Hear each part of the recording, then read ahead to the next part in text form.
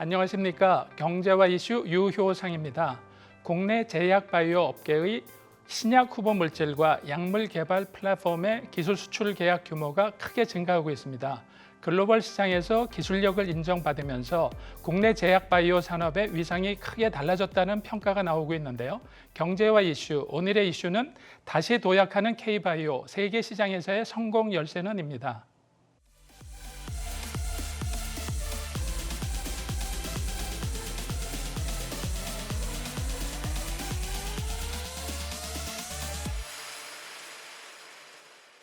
(2023년) 제약바이오 20건 기술 수출 총 7조 9천억 원 규모. 코트라 2024년 제약바이오 키워드 AI, 비만치료제, ADC. 산업부 2024년 첨단바이오 디지털 헬스 R&D 집중 지원. 안녕하세요. 경제와 이슈 최은강입니다. K바이오가 세계에서 두각을 나타내며 위상이 달라지고 있습니다. 한국제약바이오협회에 따르면 작년 20건의 기술 수출 실적을 거뒀고 비공개된 계약을 제외하면 총 규모는 7조 9천억 원으로 2022년 6조 2,559억 원보다 약 26% 증가했는데요. 국내 항체 약물 접합체 ADC 플랫폼의 맏형인 레고캠바이오가 약 2조 2,400억 원의 기술 수출 성사로 업계 사상 최대 규모의 잭팟을 터뜨렸습니다. 항체 약물 접합체 ADC는 암세포만 정확하게 타격하는 차세대 항암 치료제로 바이오 산업의 게임 체인저로 부상 중인데요. 코트라는 지난 1월 JP모건 헬스케어 컨퍼런스 보고서를 통해 올해 주목할 바이오 산업 트렌드로 AI, 비만 치료제와 함께 ADC를 꼽기도 했습니다. 한편 투자 위축으로 몸살을 앓던 바이오 기업들이 최근 인수합병과 지분 투자 유치에 활발히 나서고 있는데요. 한국 M&A 거래소 데이터를 보면 작년 바이오, 의약, 헬스 기업 인수 합병 사례는 67건으로 2022년 54건에서 24.1% 증가했습니다. 올해 들어서는 한미약품과 레고캠바이오가 나란히 화학과 식품 등 2종 산업계에 인수되기도 했는데요. 대기업과 중견기업들이 첨단 바이오 헬스케어 산업을 신성장 동력으로 삼으면서 관련 투자와 인수합병은 더욱 급증할 것이라는 전망입니다. 기술 수출과 투자 확대로 다시 도약하고 있는 K바이오. 성공적인 세계 시장 진출을 위해선 어떤 것들을 준비해야 할까요? 다시 도약하는 K바이오 세계 시장에서의 성공 열쇠는 이라는 주제로 다양한 시선에서 말씀해 주실 전문가를 모셨는데요.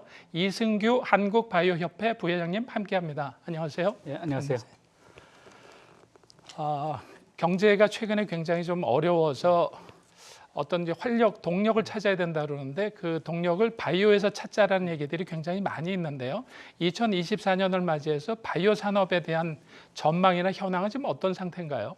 예, 그러니까 세계 여러 나라에서 차세대 먹거리 사업으로 바이오 산업을 생각하고 있습니다. 그래서 이제 아주 많은 지원을 하고 있는데 특히 전체 이제 바이오 산업의 트렌드를 보면 2022년과 23년은 어떤 고금리서부터 시작을 해서 여태까지 외부적인 환경 때문에 투자가 많이 위축돼가지고 뭐 글로벌하게 바이오 산업이 위축된 건 사실입니다. 그래가지고 특히 이제 우리나라 같은 경우는 아직 생태계가 완벽하지 않기 때문에 그 외부 충격에 많이 좌우될 수밖에 없어서 작년, 재작년까지는 아주 어려운 시기를 시차말로 혹한기를 겪었습니다. 그래서 벤처들도 많이 어려웠고요.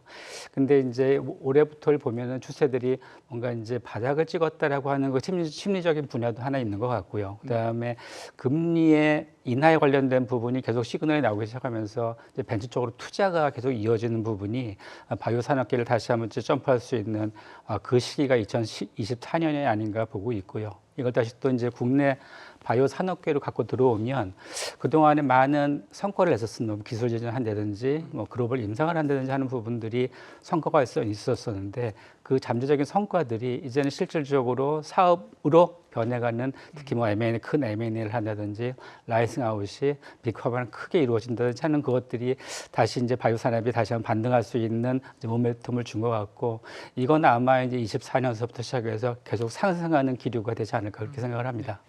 굉장히 긍정적인 말씀을 해주셨는데요. 국내 최고의 그 최대 규모의 바이오 협회를 이끌고 계신데 바이오 산업 그러면 그 과거에는 뭐 라이프 사이언스다, 뭐 제약이다, 바이오 굉장히 용어가 좀 복잡했는데 예. 지금 바이오 협회에서 정의하고 있는 바이오는 어떤 기준으로 분류를 하고 있나요? 예, 그게 이제 기술적인 분야로 저희는 이제 분류를 합니다. 그래가지고 신약이 중심이 되는 레드바이오라고 하는 섹터가 하나 있고요.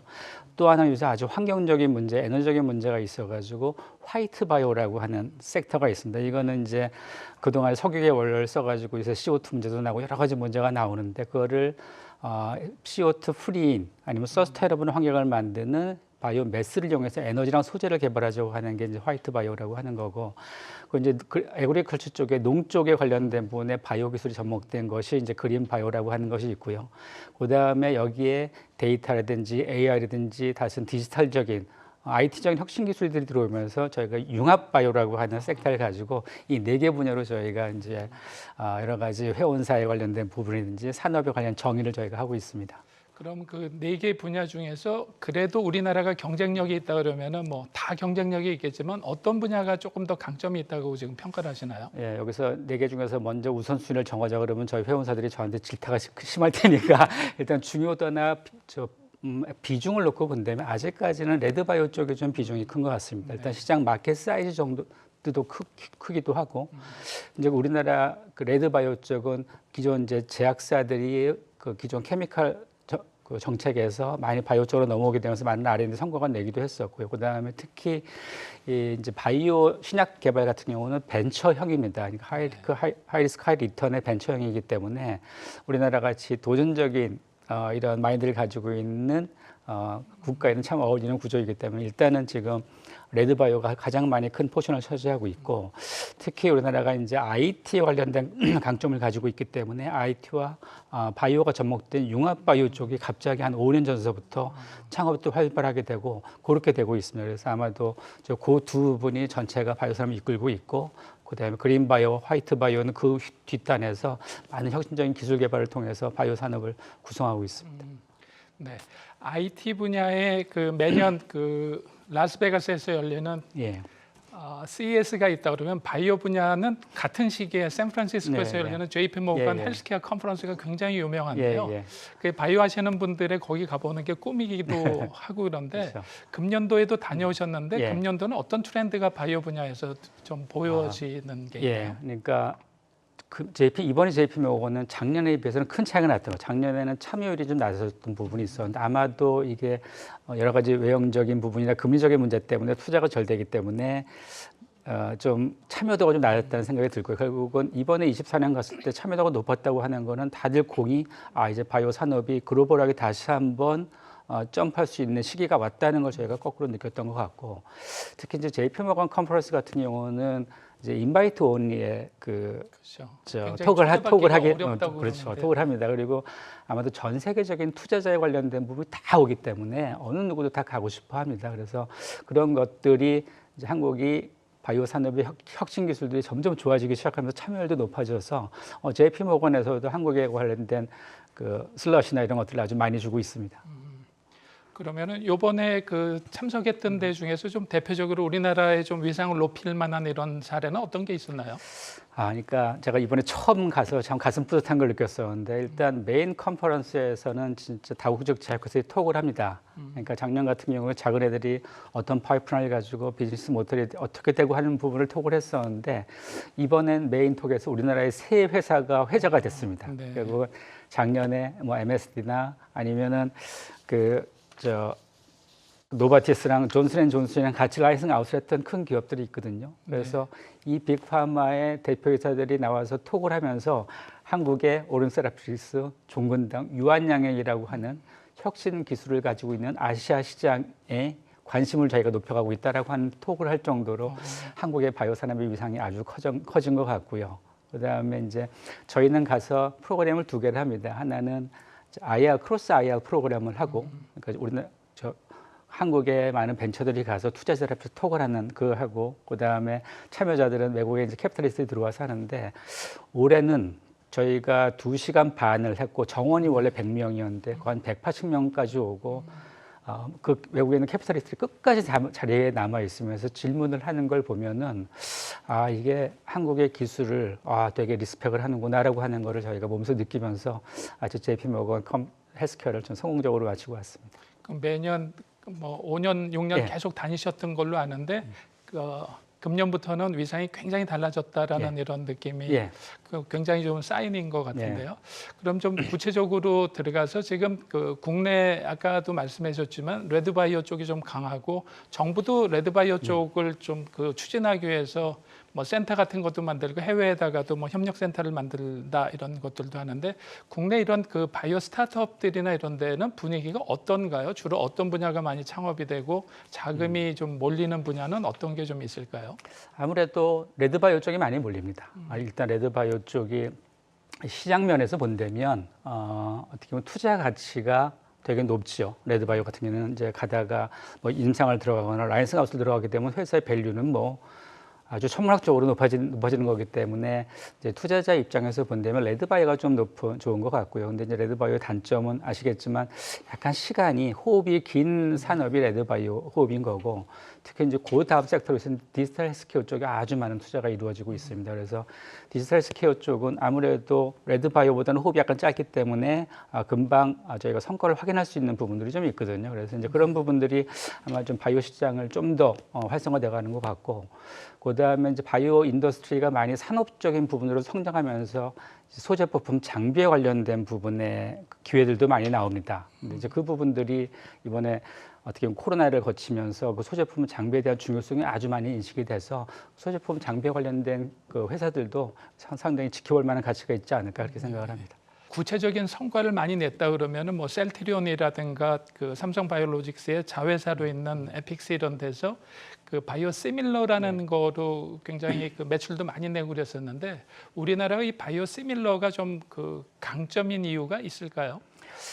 일단 저희가 되게 기술 개발에 대한 집중력이 좀 좋다고 봅니다. 솔직히 바이오시밀러라고 하는 거는 제네릭이랑은 좀 다르게 많은 고도의 기술들이 들어가는 거거든요. 그다음에 또 하나는 이 생산에 관련된 부분에 퀄리티 컨트롤이 담보되지 않으면 참 가기가 어려운 부분인데 특히 그 단초를 이제 셀트리온과 삼성 바이오로직스가 어찌 보면 창업 15년도 안 된 회사들인데 그게 그 회사들이 좀 글로벌 시장에서 이렇게 브랜드를 낼 정도의 기술력을 가지고 있는 것이 우리나라 바이오 산업의 기술력이라고 보고 있고 결국은 그걸 통해 갖고 신약을 개발하면서 삼성 바이오 에피스라든지 많은 벤처들이 신약을 개발하는 파이프라인들을 쫓아가게 되는 거거든요. 그래서 그 시작점을 바이오 시밀러라고 하는 섹터로 잡은 것이고 그 바이오 시밀러에서 얻어진 많은 기술들이 요새 말하는 ADC라든지 여러 쪽으로 지금 파급 효과가 되고 있어서 되게 좋은 어떤 기술을 잉태할 수 있고 확산할 수 있는 좋은 기회를 만들어줬다고 봅니다. 바이오 시밀러라고 하는 섹터가.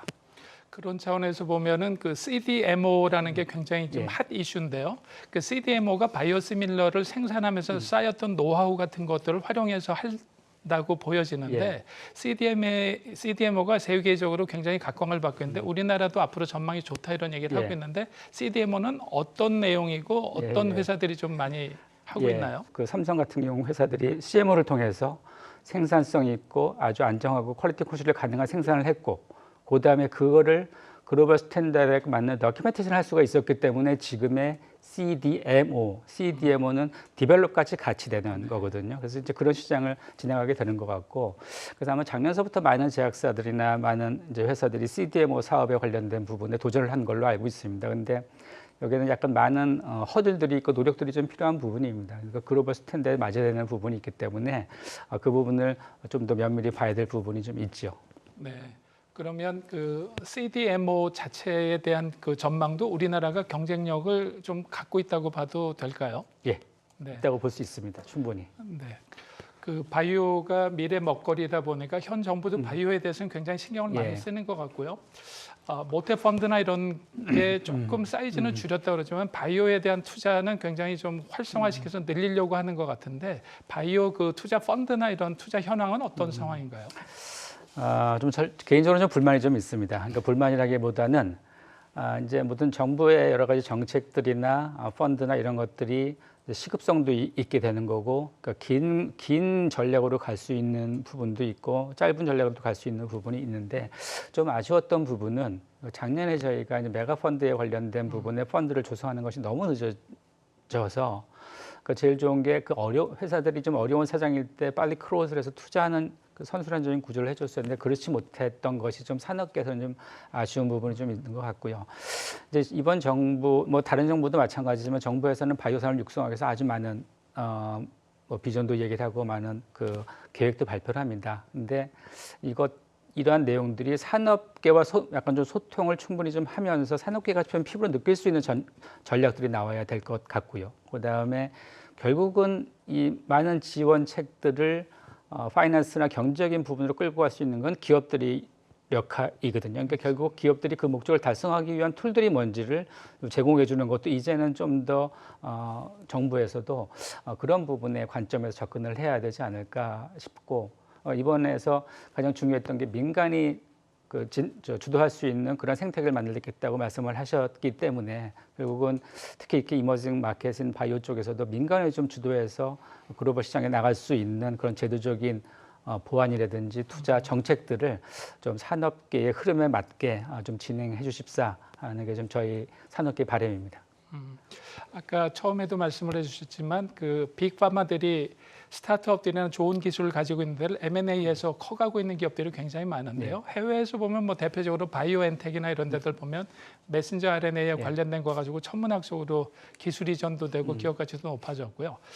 작년에 기업 가치가 아주 높아졌던 일라이 릴리 같은 데는 뭐 비만 치료제에 관련된 회사들을 다 사들이면서 주가가 뭐 60-70%까지 올라가고 그랬는데 우리나라에서도 이런 빅파마들한테 그 기술 수출을 한다든가 합병을 한다든가 이럴 만한 것들의 포텐셜은 어떻게 보시나요? 저는 무궁무진하다고 봅니다. 그러니까 작년에 레고캠도 그랬고 종군당도 그렇고 결국은 아주 노블한 아주 경쟁력 있는 컴파운드를 빅파마에 라이센싱 아웃해서 뭐 1조에서 1조 5천억짜리 라이센싱 아웃을 하면서 이제 이 회사도 발전하게 되고 바이오 산업도 발전하게 되는 거거든요.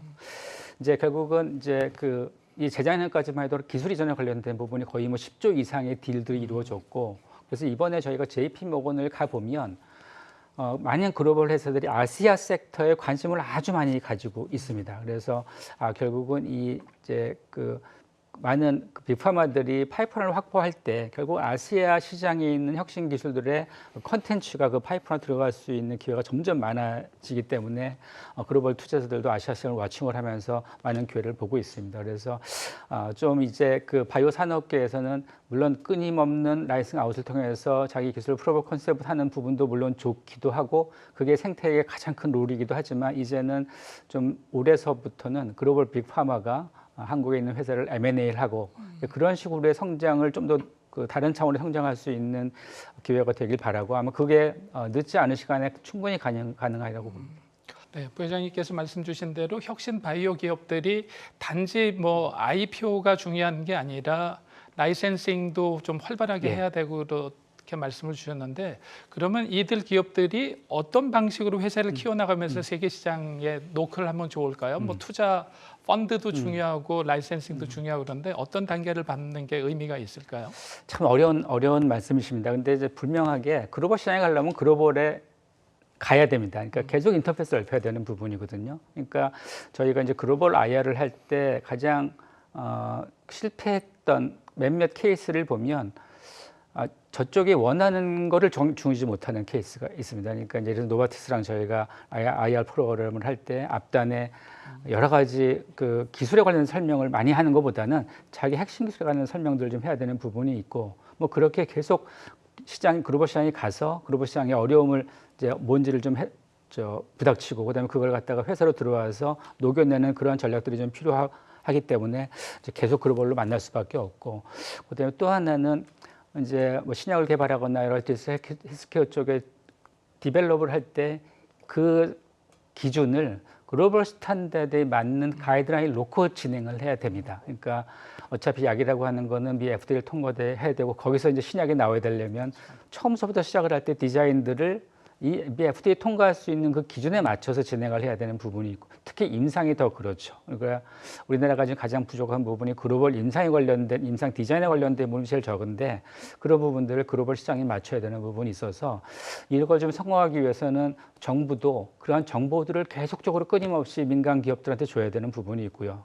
때문에 저희 같은 협회들은 그런 정보를 가지고 기업들을 교육을 시키고 그 교육시킨 기업들을 외국 시장으로 가져가서 계속적으로 만나면서 좀 체력을 단련하는 방법이 가장 크다고 보는데 제가 협회는 아무래도 이제 글로벌 시장과 호흡을 많이 하는 이제 부분 계면이 있기 때문에 가서 느낀 거는 충분한 기회가 있다. 네. 그러니까 이전에 저희가 3년 전, 5년 전에 그때 한국의 기술을 바라보는 글로벌 시장과 지금 한국의 바이오를 바라보는 글로벌 시장의 시각차는 엄청난 차이가 있다라는 걸 저희가 진짜 몸소 느끼고 있습니다. 그래서 이러한 플랫폼들을 많이 좀 활용을 하셔가지고 그냥 일단 가서 계속 부닥치면서 배우게 되고 그다음에 그러다가 라이센스 아웃도 되게 되는 거고 그러면서 이제 M&A도 되게 되는 거여서 결국은 글로벌 시장이라는 게 진입이라고는 교과서는 따로 있다고 보지는 않습니다.